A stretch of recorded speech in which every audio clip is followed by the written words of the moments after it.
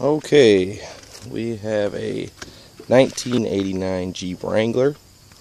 I have done some body work on it. I've got all new plastic. I have not gotten the blinkers there. The wiring is still ready.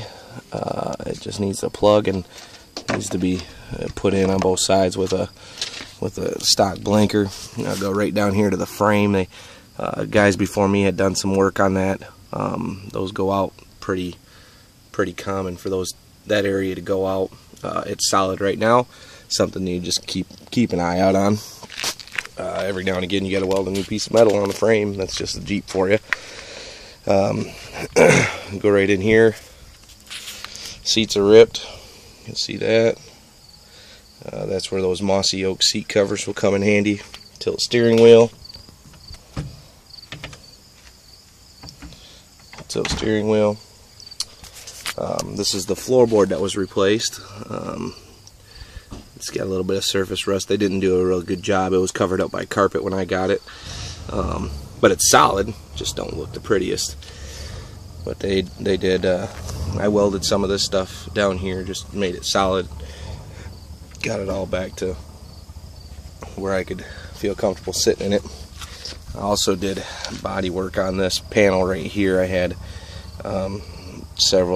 there was a lot of rust in this area. I welded new metal in here.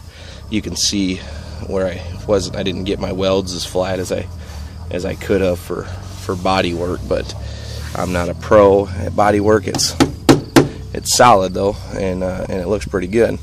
I think I already said this, but I got all new plastic on here. The plastic before was pretty faded and nasty. Each of these tires, when I bought this Jeep, it was camouflage, and so the tire rims still have camouflage on them, and I haven't figured out how to get that off yet. Now this is the back part of the frame.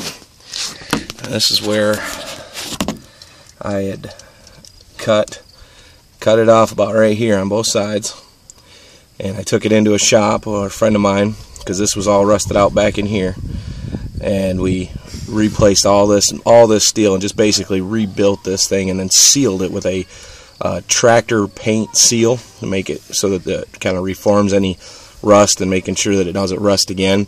And then when we put it back on, I've got a top plate up here and a bottom plate down here that just adds extra security to the existing frame, and then I put a plate here on this side. But you can see the welds, the metal on this. This part will outlast the whole Jeep before that breaks down.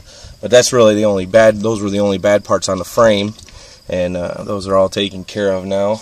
And I also sturdied up the bumper with some more plating on the front of the bumper, and then I added a Reese hitch and welded that into place where it's welded to the bumper here, but it also has some extra bracing supports just to make sure that it can hold on to the weight. The thing is pretty solid.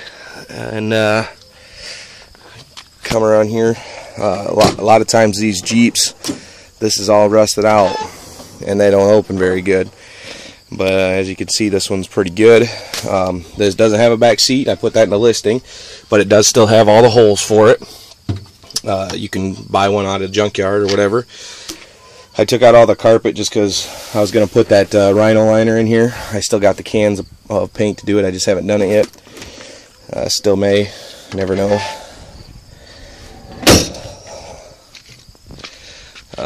This comes down. My zipper's broke on this side. On this side it works fine, so it doesn't totally seal.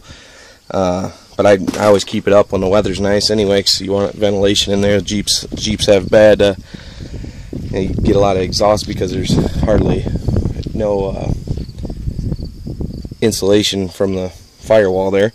I've got the panels for these. I got them up in my garage. You see just little nicks here and there. There's a bad zipper on the other side, I believe. And right here is a tongue and groove system. And on this side only, that tongue and groove system's broken, and so on this side it kind of flaps, but it don't flap crazy when you're driving. All these snaps, I don't ever snap them because I want to be able to take the top off really quick if I want to, but you can, in wintertime you can pull these all down and snap them all into place. But so the soft top would work even for now until you could save up some money to do it. This is another side that I had done some body work, and this side you can probably tell better. I think I did a better job on the other side. This was the first side I did. This was all new metal right here. I brought it right down to bare metal, and I think all the way up to somewhere around in this area. It had just bad rust, but it kept some of the frame or the rim here. And so I kept what I could, and then I just welded all new metal in there. So that's pretty solid and minimal Bondo. Somebody else would be better at body work, could probably sand some of this paint off and put some Bondo on that and really make that clean and good looking. But I just didn't have patience. I wanted to get it on the road. New plastic here, tires. Most of the tires are all right. They'd probably last through winter this winter, but I'd probably get something by spring. Jeep windshields are always broken. This one is perfectly clean and clear. This is a good Jeep windshield. I think it was brand new before I got it, and I haven't done a lot of highway driving with it. I just don't like these. The YJ Jeeps are pretty rough on the road. They beat you up, so I don't like going super fast with them or the short wheelbase. But you might be more daring than me. I'm gonna set the phone down for just a second. I can do it.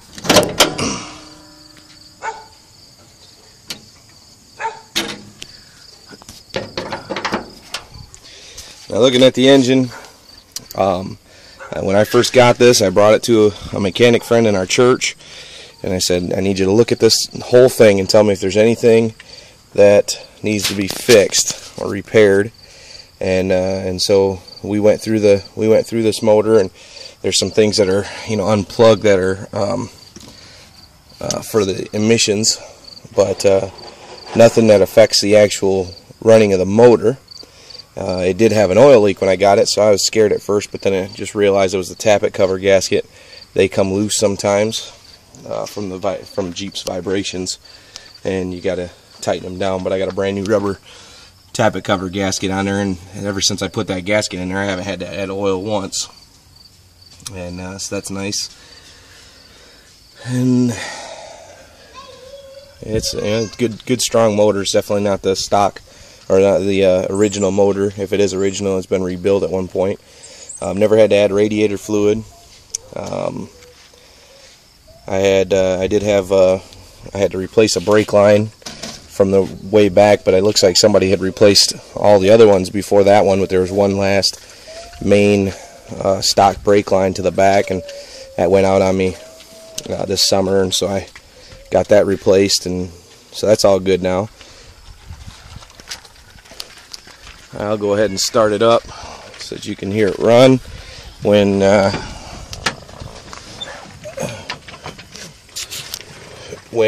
you haven't rode it in a few days, you do have to pump it a little bit to get it started. It's a carburetor for you.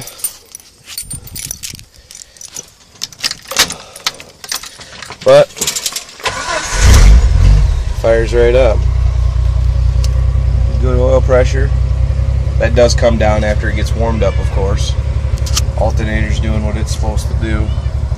Clock still works. Imagine that. Gas gauge still works. Temperature gauge works fine. You can see the odometer reading is at 183,000. The trip works. You got to play with it a little bit, and you got to push this button a few times to try to get it to zero out. It don't like to zero very easily, but I mean, it's a Jeep. What do you do? Heater works. You can probably heard that kicked on. It blows good defrost right here. It's still a little chilly in the wintertime just because it's a soft top. If you had a hard top, it'd probably be okay. Well, I think I'm running out of space to be able to upload to YouTube, so I think I'm going to go ahead and stop now. If you need anything more to look at. Oh, let me go look underneath. I do want to show you underneath. I think that'd be good to do.